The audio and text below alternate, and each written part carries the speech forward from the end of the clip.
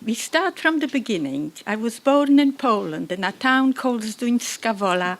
I lived with my parents and younger sister Stenia.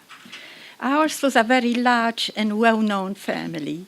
My father was one of 8 children, my mother one of 4, so I had lots of aunts and uncles, many cousins, 2 sets of grandparents who lived in different towns from us. We were in between, so that every holiday or vacation was spent with either one set of grandparents or the others. We went to a Jewish school. When we came back from school, we basically did the same thing as children all over the world. First, you have to do your homework, and then there was time to play with your friends. Sometimes we used to go to pictures or birthday parties, and so on. We had just a normal life. We had a beautiful park, so every weekend we used to spend time on the river, and we just had a normal time like children all over the world. In 1939, in the summer, when schools broke up for the summer vacations, we went away on holiday with my grandparents, my uncles. We had a wonderful holiday. It was marred only by the news that was coming through all the time, that war is imminent. So we returned home at the end of August, and immediately my mother started buying in lots of provisions. She stocked up with a cellar full of coal so that we should have enough for as long as the war might last. That same night, a lorry arrived to our home during the night with materials. My grandfather had a factory, and he didn't want to leave all the materials in one place, so he sent out lorryfuls with materials to members of the family, not to leave everything in one place. And the lorry was unloaded during the night, so no one should see. And we carried on like this.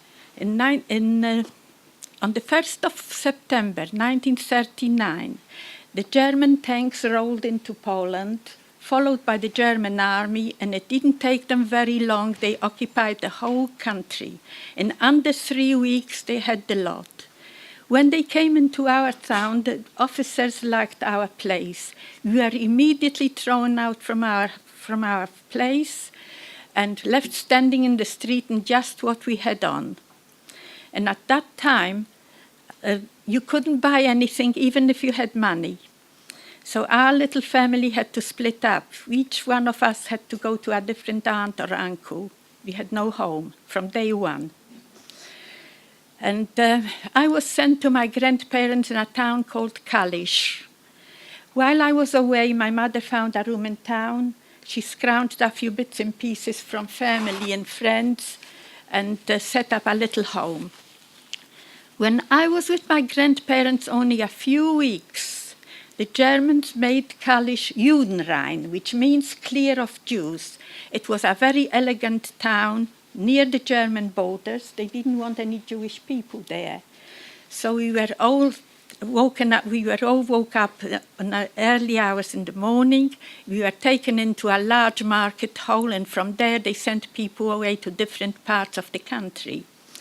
However, when my mother heard what was going on there, she obtained a special pass. She managed it. She came for me. She took me back home with her.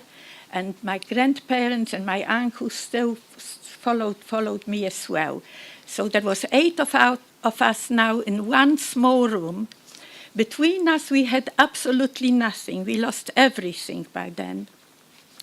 They soon made a ghetto in our town. Do you know what a ghetto means? Jewish people had to move out from the better part of the town, move into the slum area, which was then cordoned off, and no one was allowed in or out. As soon as the Germans came into Poland, we all had to wear a yellow star like this. Jewish people all over Europe, they had to wear one like this, one in the front, one in the back. If you would walk out without it, you could have been shot. So they put up this ghetto. Mother had to go and look for a room in the ghetto part. She found a room without no sanitations at all. For clean water, we had to go out to a well in the street. All the dirty water from 8 people had to be carried outside. Life was very, very difficult right from the beginning. The Germans installed factories in the ghetto, so anybody who wanted a ration book had to go to work. If you didn't work, you didn't need to eat, so you didn't get a ration book. I was working in a factory making socks for the army. Now, what did I know how to make socks for the army? So someone was teaching me for 2 weeks, and then I had to teach someone else for 2 weeks. The machine was twice as tall as I was, had to stand on a stool to reach it. And we were often beaten up going to work or coming from work. Life became very, very difficult. They started sending in people from villages and from smaller towns. They sent them into our ghetto, and we were very overcrowded. One doctor was allowed to practice for the whole ghetto. There was no medication. People started dying just from simple diseases like flu. There was nothing to give them. Life was very, very difficult. Children grow out from their shoes. You couldn't replace them, so we wore wooden shoes. We had to wear wooden shoes. In winter even, it was so cold. We had no bedding and we had no clothes. We didn't have anything. You couldn't buy anything. So one day, the Germans brought in some Polish workers. They told them to put up 10 gallows in the center. Now, we knew something bad was going to happen, and yet we couldn't do anything. They picked up 10 men from work or from their homes. While they gathered hundreds of people to stand by and watch it, they hung 10 men. I remember my father had to stand there once, and he nearly passed out. These gallows were never dismantled, but every now and again, the procedure was repeated, and we thought it can't get any worse. We carried on like this till 1942. In the summer of 1942, in the early hours of one morning, we were called outside. Alle Juden raus, which means all Jews come outside. We have heard rumors by then, but they were only rumors because we had no communication with the outside world at all. We had no newspapers, no letters, no telephones, no radios, nothing. No one was coming in. And yet, people were walking around saying that old people and young children are being slaughtered all over the country. So we took our grandparents and a little 4-year-old cousin. We hid them in the attic, fully expecting to come back soon. In fact, it was the last time we ever saw them, and we later learned they were all shot. Having got dressed in a hurry, we ran out into the street, which was already chock-a-block with people, and we just followed one another like sheep to the slaughter, till we came to a very large square, which was surrounded with SS-men and Gestapo, all heavily armed and with large guard dogs. It took a long time till we were all there. And then they started giving orders through the loudspeakers. The first order came through that we must all sit down so we can be overlooked better. And then they gave an order for parents to hand over all children up to 18 years of age. Now, how can you describe the scene that followed? You can't. I can only give you an idea about it. The children crying and the mothers screaming, "Almighty God, help us," still ring in my ears today. You could soon see the kids running towards the officers, the little ones, the bigger ones, some of the big ones carrying their young siblings. They were all packed into these closed lorries and taken away. While all this was going on, my mother tried to hide me on one side of her and my little sister on the other side. You couldn't really hide anybody. It's an open field, but she tried her best. She covered us over with a coat. It didn't take very long, and they got hold of my sister, and my mother received a beating. And this little girl stood in front of this SS-man and said to him, "Please, don't hit her. That's not my mother," because she wanted to protect her. So she said, "That's not my mother." She ran off, I was told, with tears running down her face. We never saw her again. When they had all the children, they told us to stand up, line up in fives, and we were taken through the town, outside of town, to the Jewish cemetery, which was outside of town. When we got there, I witnessed the first of the many selections that I was going to go through. On each side of the great doors stood the SS with their batons, directing one to the right, one to the left. They took all old people, pregnant women, invalids, people who didn't look fit for work. All went to one side, the rest to the other side. When I got through, I was together with my mother, my father, and one of my mother's sisters. All the rest of the family were on the unlucky side. When it grew dark, there was no more a selection, but everyone was directed to the unlucky side. We were sitting on the gravestones for several days and nights. They specially installed electric lights all around the cemetery so that no one should have a chance to escape. A young woman was sitting near us, and she was going on all the time that she's so lucky, she's so happy. All because, she said, her little boy died a few months before. She said, he's buried here. No one can take him away. No one can take him away. And that's what made the mother so happy. And all the time that we were sitting there, they were still selecting people from the side I was on and taking them to the other side. The lorries were coming along all the time, taking the people away. We learned after the war that all the people from my town were taken away to a place called Treblinka. There was no return. Everyone was killed on arrival there. We were sitting there for a few days, and then we were told to stand up.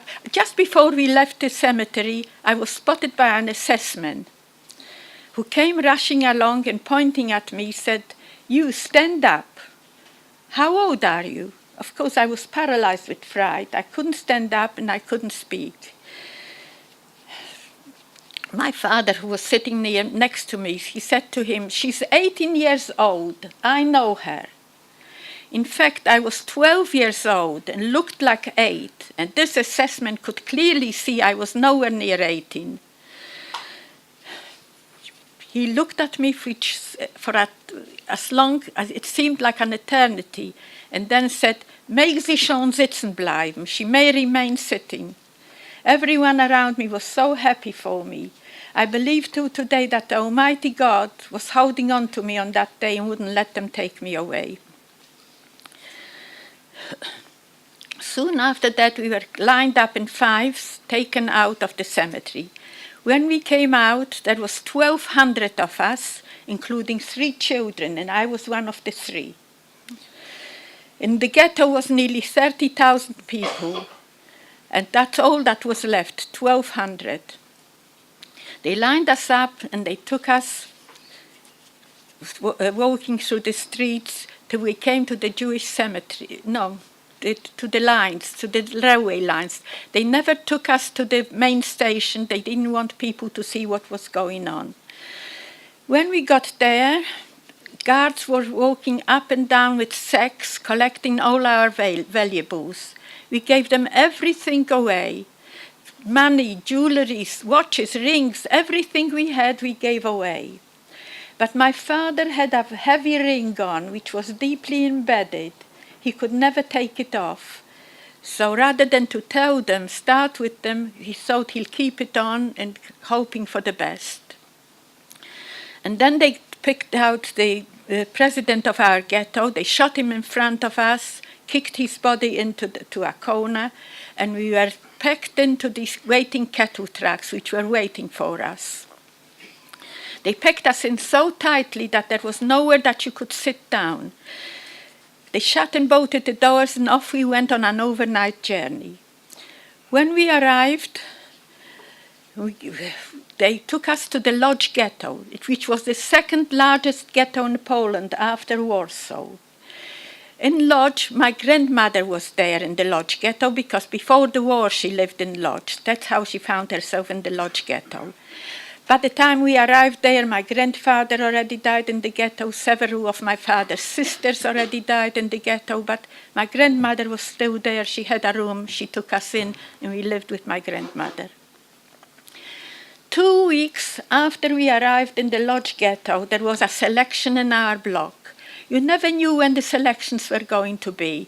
The SS would just come along with their clothes in lorries, bring everyone down to the quadrangles, and make selections. They took away all old people, pregnant women, invalids.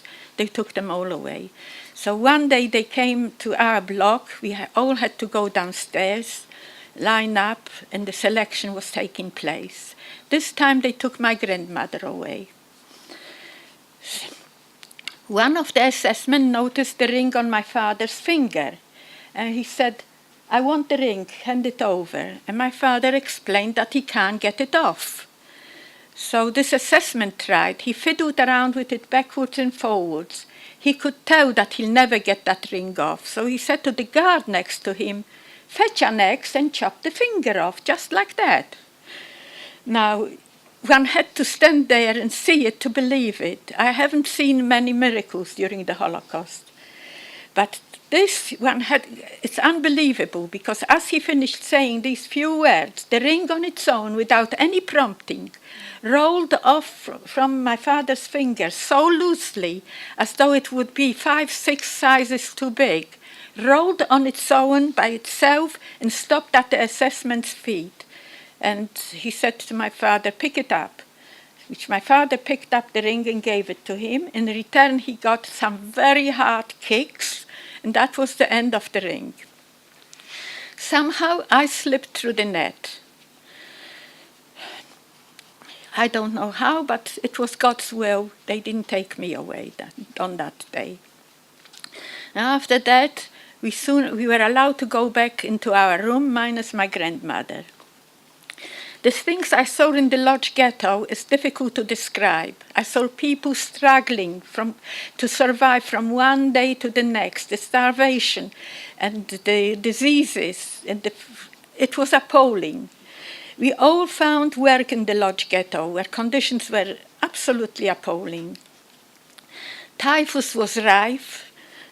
There was only a few doctors for the whole ghetto, and all the time they were sending people into the ghetto, and all the time they were sending people out of the ghetto. It was really terrible. We all found work. I was working in a factory to help making uniforms for the army. Also, we were often beaten up going or coming from work, and the hunger was terrible. So we carried on like this till 1944, when the Germans knew they were losing the war. The Russian army was advancing.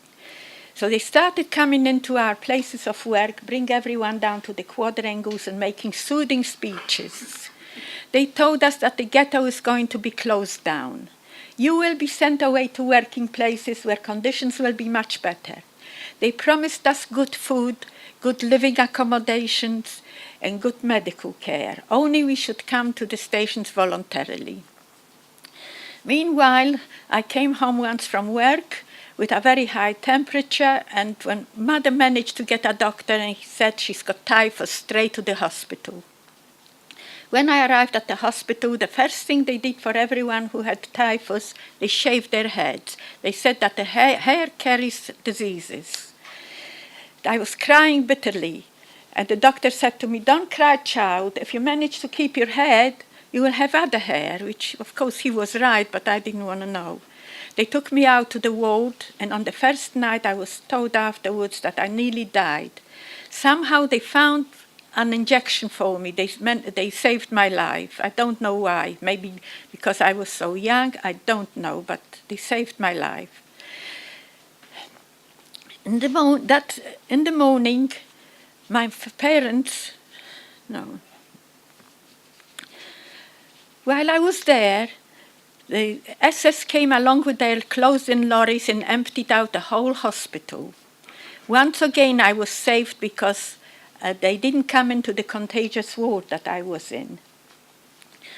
But my parents stood outside the hospital all night long, and in the morning they took me out. As ill as I was, they took me out and they took me back home. They were frightened to leave me in the hospital already. And I was so nervous. Every time I heard a little knock or someone walking, I thought the SS is coming to take me away. And as soon as I was able to walk, I went back to work. I was only too pleased to go back to work. That's how we carried on till 1944, when the Germans knew that they're losing the war, the Russian army was advancing. And so they promised us everything, that all they wanted that we should come to the stations voluntarily from where we'll be sent away. Well, at first people didn't, they done that because they didn't want a repetition of what happened in the Warsaw Ghetto. Has anybody heard about the uprising in the Warsaw Ghetto in 1943? There, young men and young boys were fighting a German army. They knew they can't win anything. All they had to fight with was a few rounds of smuggled in ammunition and a few rounds of ammunition and a few rusty knives. So they knew they can't win anything, but they managed to kill a few German officers. And that was their revenge. They didn't want this to happen in our ghetto, so they told us to come to the stations voluntarily from where we'll be sent away. Now, at first, people didn't want to go, but conditions in the ghetto worsened to such an extent that we had nothing to lose. They started closing down the factories. They stopped sending food into the ghetto. So people went to the stations from where they were sent away. However, when the empty cattle trucks returned, station cleaners found little notes in them saying that the people are being taken to concentration camps where mass killing is taking place. We didn't and we couldn't believe it, which of course we should have done, and yet we couldn't do anything about it.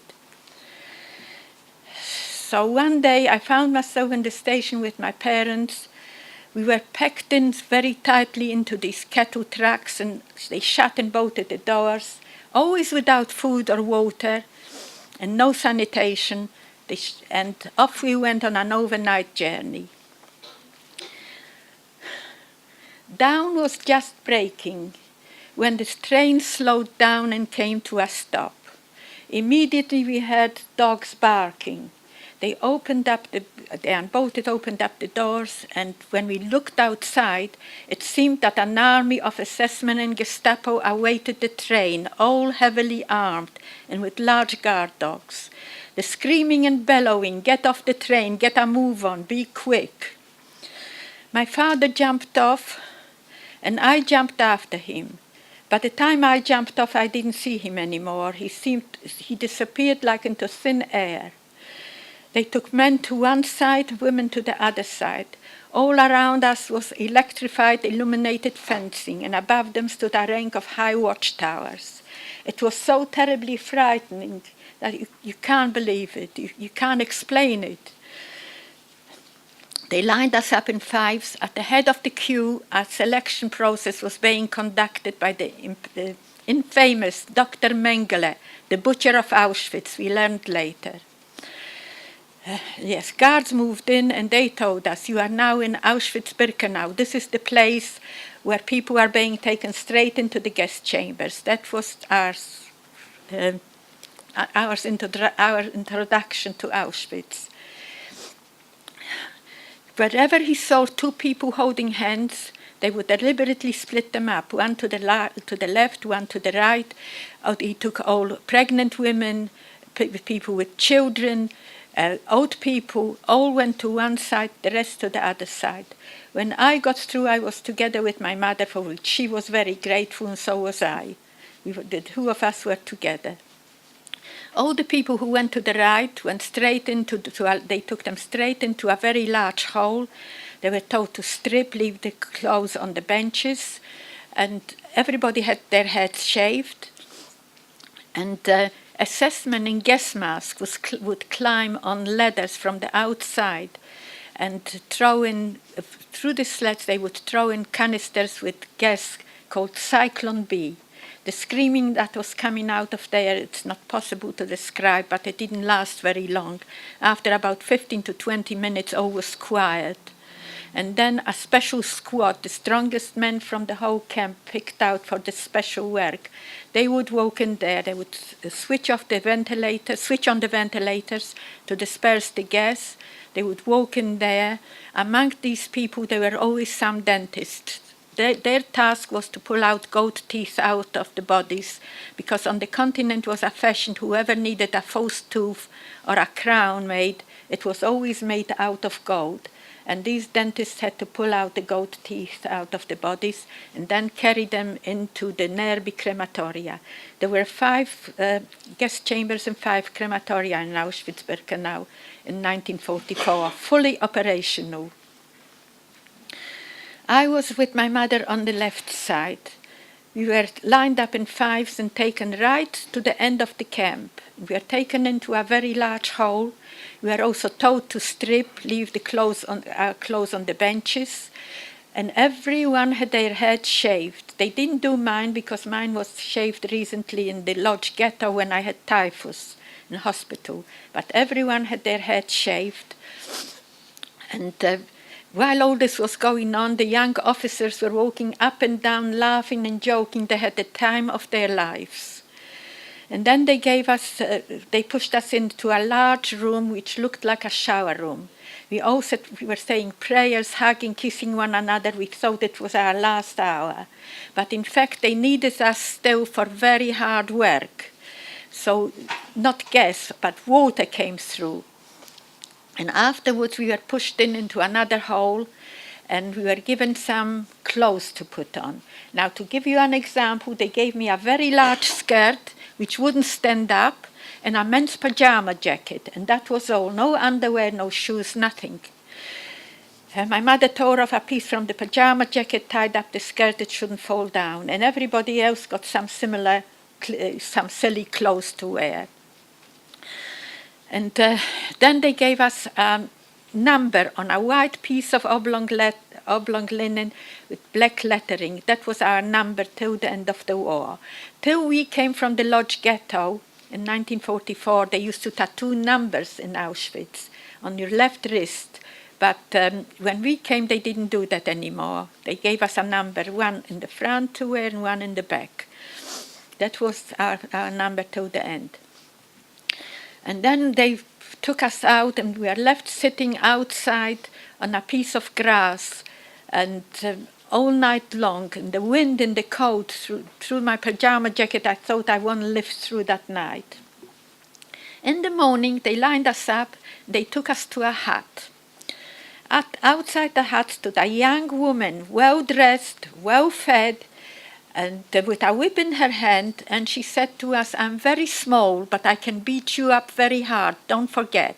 And she did keep her word. They took us into that hut. All the huts in Auschwitz-Birkenau were identical. They were really stables for army horses, which were dismantled, brought to Auschwitz for reassembly. Some of them had a few bunk beds in them. The one I was in was completely empty. We were sitting on both sides of the hut, 5 in a column between each other's legs, packed like sardines. In this position, we had to sit day and night on the stone floor. Once a day, they would bring us in a meal. They came in with 2 trolleys.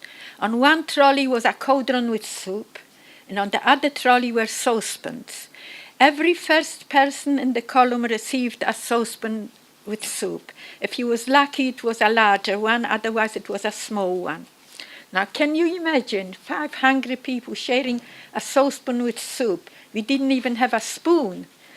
So there were always arguments going on that you already had 2 sips or 3 sips, and I only had 1 sip, and so on.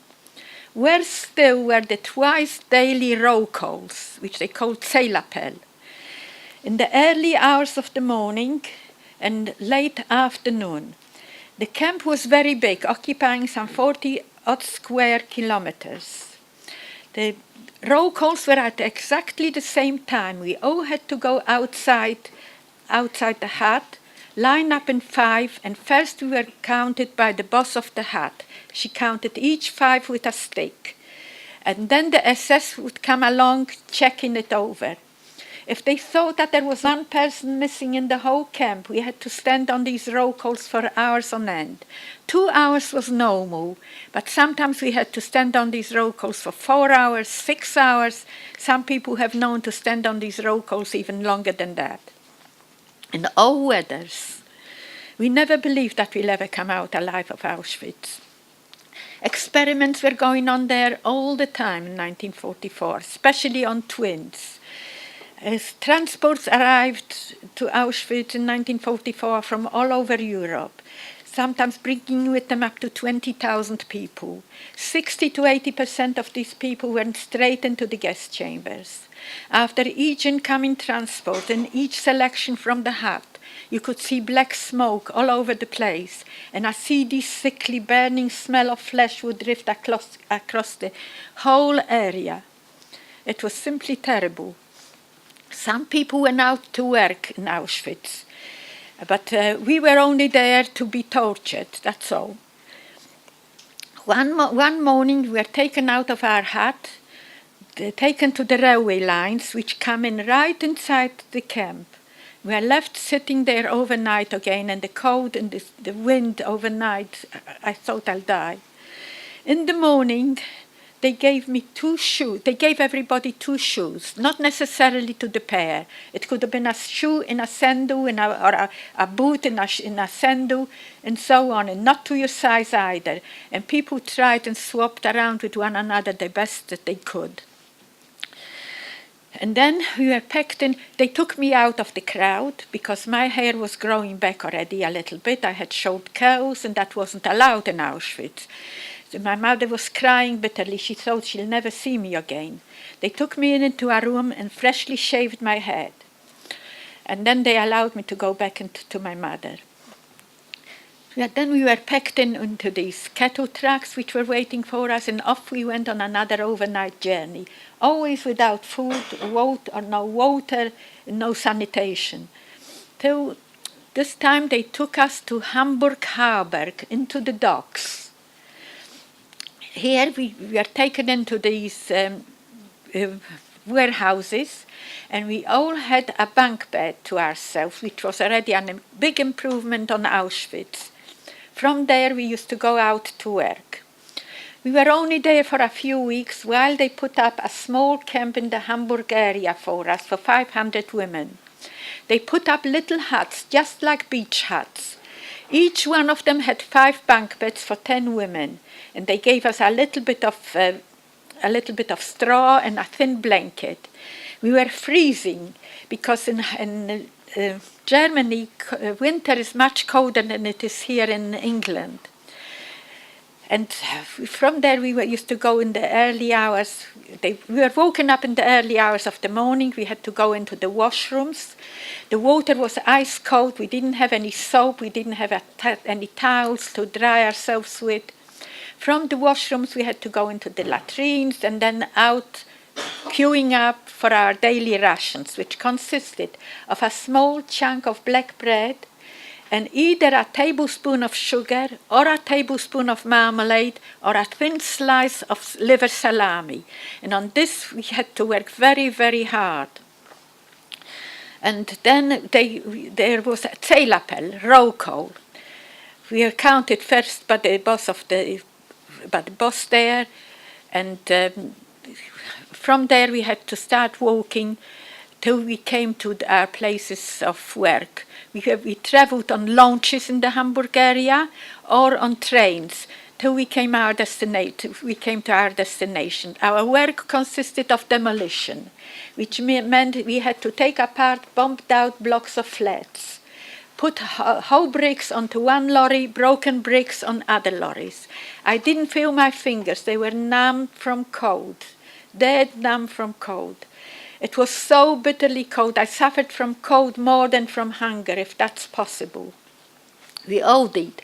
Eventually they had to give us a coat to put on, otherwise everybody would die from the cold. We were working very hard, and our only little bit of luck was that there were a few air raids during the daytime.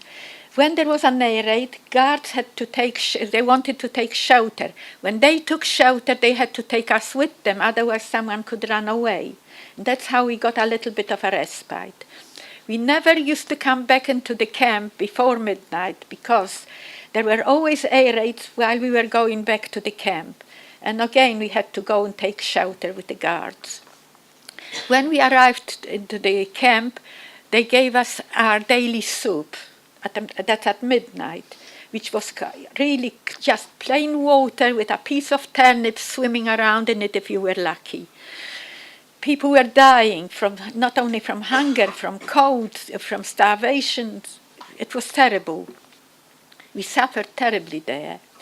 One day we were working in a place, Hamburg Sternschanze, near a slaughterhouse. When a bull ran out, they told us that a bull ran out, but I know better now. They let a bull out to attack the people. And this bull attacked my mother very, very seriously, cut open all her face. And from that day on, she could never go to work anymore. She was laying in a sick bay in the camp, very seriously ill. And that's how we carried on till 1944 in March, beginning of March, when the Germans knew they lost the war. But even when they knew they lost the war, they didn't slacken their persecutions. On the contrary, the extermination program was stepped up. And so they started closing down all the small camps and taking people on death marches or in coal wagons, open coal wagons. And so one day we were taken out from our camp and taken to these railway lines, packed in very tightly into these cattle trucks, always without food or water. And off we went on another overnight journey. This time when we arrived, they unbolted the doors and they started screaming again, "Get off the train, be quick." But by then we didn't have any strength to jump off the train anymore. We just rolled off. We had to hold on to one another to remain standing. They took us through many miles of a very wooded area. I knew they took my mother on a stretcher. She wasn't in the same cattle truck that I was, but I thought she was on the same train. We were walking through many miles. Without exaggerating, from the point where we started out till we came to the camp's gates, the roadside was littered with dead bodies of people who came on previous transports and couldn't even make it to the camp. So when we arrived, they opened up the great doors and we were pushed through. The scene that met us there is impossible to describe. Here we saw skeletons walking. Their arms and legs were like matchsticks, the bones protruding through their ragged remains of skin, and their eyes bulged out grotesquely out of their skull-like faces. Some were dressed in rags, others were naked. The stench that arose from the camp is simply impossible to describe. It seemed that we were just pushed through the gates of hell. Our transport was taken to a hut which was already overcrowded before we got in there. Somehow I managed to find a little corner to sit down in and promptly fell asleep from exhaustion. When I woke up and stood up, I realized that I was covered in lice from top to bottom. I was simply terrified. All around me was blood and dysentery. For the first time I was without my mother. I didn't know what happened to her. There was no one I could ask. I didn't know whether she died on the journey or what happened to her. After several days, I went out, in spite of the indiscriminate shooting that was going on there day and night. I walked out of the hut and started walking from. The camp was very big. I soon found out I was in a place called Bergen-Belsen. Has anybody heard about it? By the time I arrived in Bergen-Belsen, there was no more any kind of organization there. They stopped sending food into the camp. The water supply had been cut off weeks before I got there. No wonder the stench and the vermin there. I started walking from one hut to another to ask whether a woman was brought in recently on a stretcher. While I was walking around the camp, I noticed two hills in the distance. Not till I came near them did I realize that these hills were piles of dead bodies piled up to heaven. There was no one to bury them. No wonder the stench in the camp. We were lucky that it wasn't a little bit warmer, otherwise cholera would break out there. I was walking around, and miraculously after 2 days, I found my mother in one of the huts, still on the stretcher, in one of the huts, still alive, but only just. I could tell she was dying. She knew it herself because she said to me I shouldn't cry when she died. And so I was sitting with my mother because it didn't make any difference in which hut you were because they didn't count anybody anymore. There were no more roll calls like in all the other camps.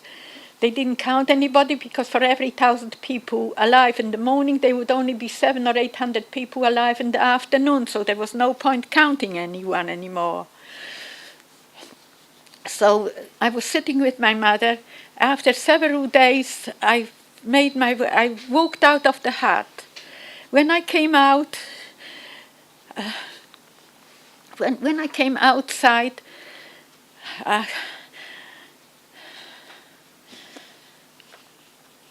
just a minute. I collapsed there. I don't know who took me back into the hut, but I was unconscious for the next 10 or 12 days. When I came to, I was lying in a delousing center on a long table, being washed, disinfected, and my mother still alive, if you could call it alive, on the next table. We were washed and disinfected and wrapped in clean blankets, taken in clean vehicles 6 kilometers away, which was the largest tank training school in Europe. Then I learned that when the British Army arrived there on the 15th of April, 1945, when they arrived there, they took that place over 6 kilometers away from Bergen-Belsen. That was the largest tank training school in Europe. It was a beautiful place, and the British Army took all the survivors from Bergen-Belsen. They took them in there. We each had a clean bed with clean bedding, and can you imagine they brought German doctors and German nurses to look after us, how they felt after all this time that now they have to look after us.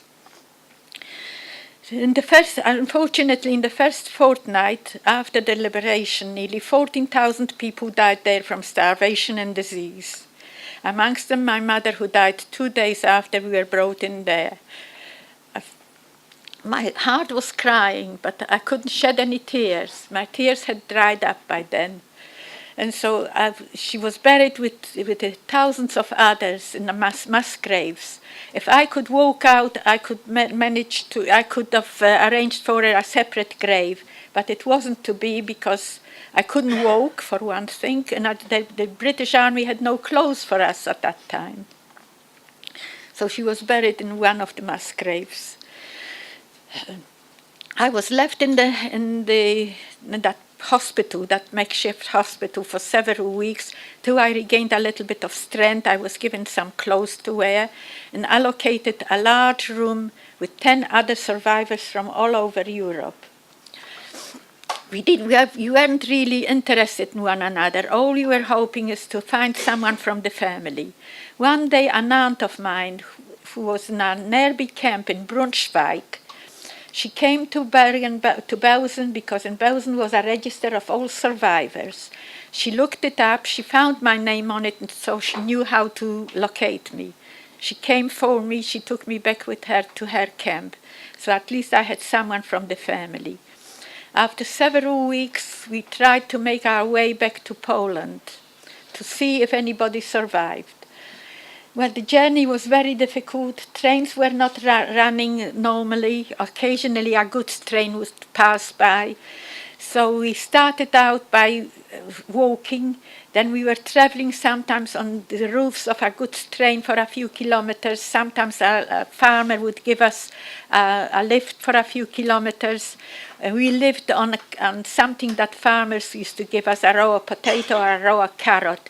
It took us 3 weeks to get back to Lodz, where we started out from. In Lodz, I found an aunt of mine, my mother's sister.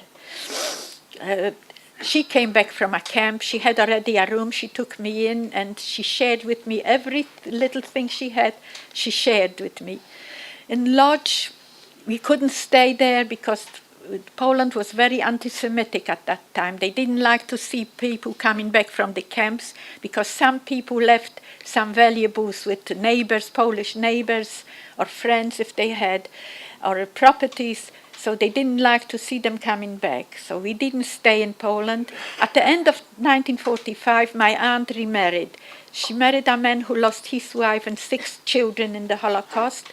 She lost her husband and her little boy during the Holocaust. So they got married. Together we left Poland, and through Czechoslovakia, through Austria, we went back to Germany. From Germany, we tried very hard to go further. And after 2 years, we managed to get to Paris. In Paris, life for us in Paris was very difficult at that time. We were strangers. We were not allowed to work there. But eventually, we made some sort of a living for ourselves. My new uncle was a very good worker. He started working and managed to buy a flat. We managed to make some sort of a living for ourselves. In Paris, I met my husband, who was by coincidence in the British Army. He was one of the liberators of Bergen-Belsen. He was in British police, in the army police, but I didn't know him then. I met him in Paris. He brought me to London. We got married here. I got 2 children and 5 grandchildren. And that is, in short, the story of my life during the Holocaust.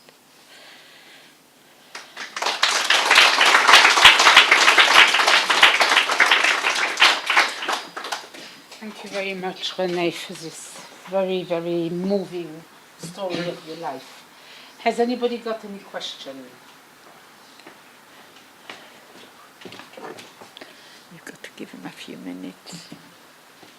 At the time, did you understand why you were being persecuted? Yes, because I was Jewish. I was born Jewish. No other reason.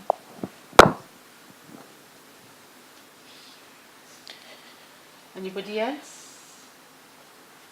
Eric. Did you see your father again after you lost him? Never. No. I wrote to the Red Cross. I asked every man I saw after the war, after the liberation. No one saw him, so I assume that he must have been killed in Auschwitz as soon as we arrived there. Had you gone to school once the war had started? Sorry?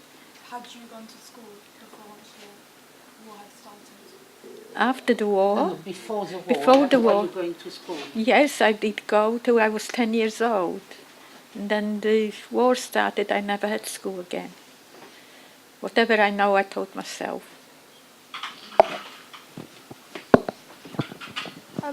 What kept you going through all of the hardships that you suffered? Sorry? What kept you going through all the yeah, hardship?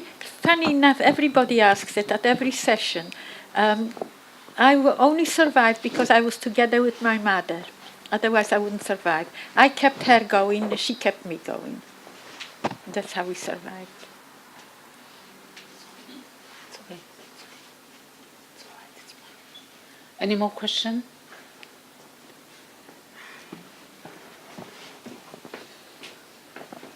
How did you practice your Jewish faith, or did you have to keep it a complete secret in the concentration camps?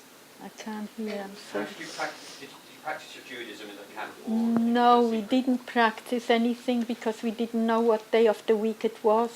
If it was dark, it was nighttime, and if it was light, it was daytime. And we didn't know what day of the week it was, no.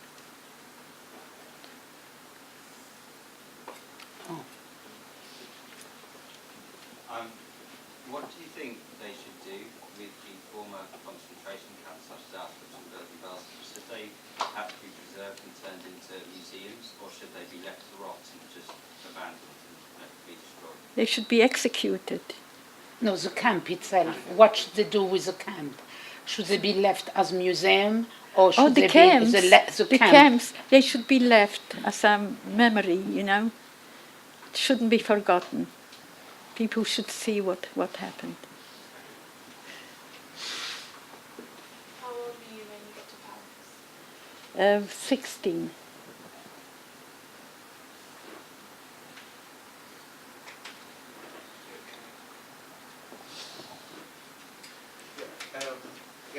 so much for talking to us this morning. Thank you so much for talking to us this morning.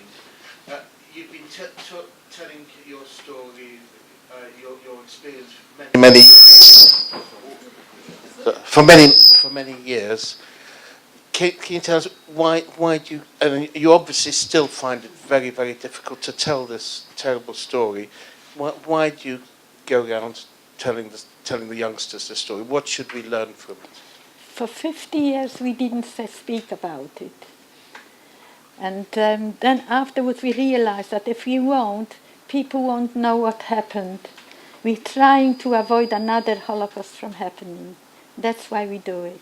Not for our entertainment, for our pleasure. Because it's very, very difficult to talk about it. But we must do it for as long as we can.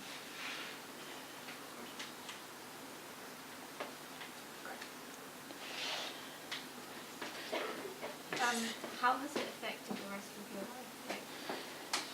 Well, I don't take anything for granted. I know every day that I am alive, it's like a bonus. According to statistics, I shouldn't be here. And that's why, every day is very, very precious, and we appreciate everything. That's what it is. How do you think life now is compared to before?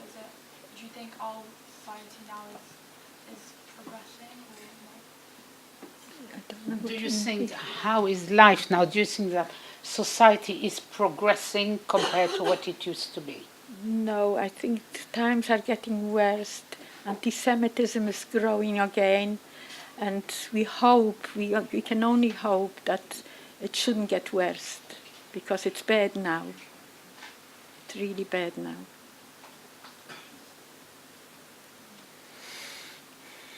Right, may I, sorry, excuse me, I'm sorry. I've got one question, a very short one. Can you tell me, how did you feel when you were in the ghettos and in the camps about the religion and about God?